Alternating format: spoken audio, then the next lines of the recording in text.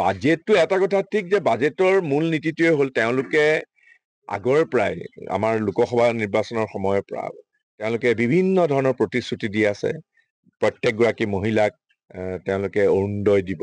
কাৰোবাক লাখপতি কৰিব লাখপতি বাইদেউ হেৰি কৰিছে গোটেই ফৰ্মবিলাক বিলাই ঘূৰি ফুৰিছিলে ইলেকশ্যনৰ সময়ত মোৰ ইলেকশ্যনৰ সময়তে আজি 7 মাহ 8 মাহৰ আগৰ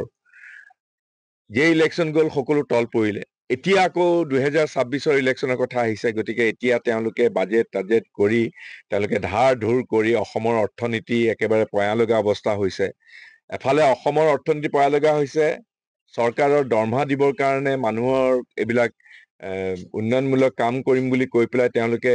ধাৰ ধুৰ বজাৰত ধাৰ ধুৰ কৰি আছে ধাৰ কৰি পেলাই আহি পেলাই আমাৰ অৰ্থনীতি চলাই আছে কিন্তু এই অৰ্থনীতিৰ অৰ্থব্যৱস্থাৰ আকৌ সমান্তৰালভাৱে এখন চিণ্ডিকেটৰ অৰ্থব্যৱস্থা তেওঁলোকে গঢ়ি তুলিছে চাৰিওফালৰ পৰা এতিয়া ইয়াতে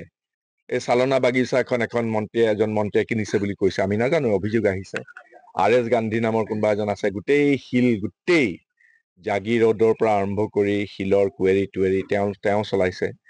মন্ত্ৰীৰ মানুহে চলাইছে RS গান্ধীৰ লগত কাৰ্বি আংলং ডিমা হাছাও একেবাৰে সোণৰ খনি কৰি পেলাইছে তেওঁলোকৰ টকা পইচা থবলৈ ঠাই নোহোৱা হৈছে চাৰিওফালে য'তেই দেখিছে মুখ্যমন্ত্ৰীৰ পৰা আদি কৰি তেওঁলোকৰ মন্ত্ৰী দুই এজন মন্ত্ৰী পৰিয়ালে চাৰিওফালে গোগ্ৰাসে গিলিছে সম্পত্তি আহৰণ কৰিছে অসমৰ মানুহে এইবিলাক নজনাকে থকা নাই গতিকে এটা সমান্তৰাল অৰ্থব্যৱস্থা তেওঁলোকে কৰিছে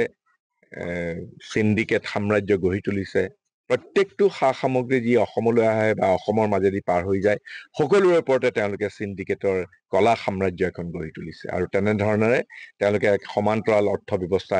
কৰি পেলাই নিজৰ জেপ টনকিয়াল কৰিছে বা নিজৰ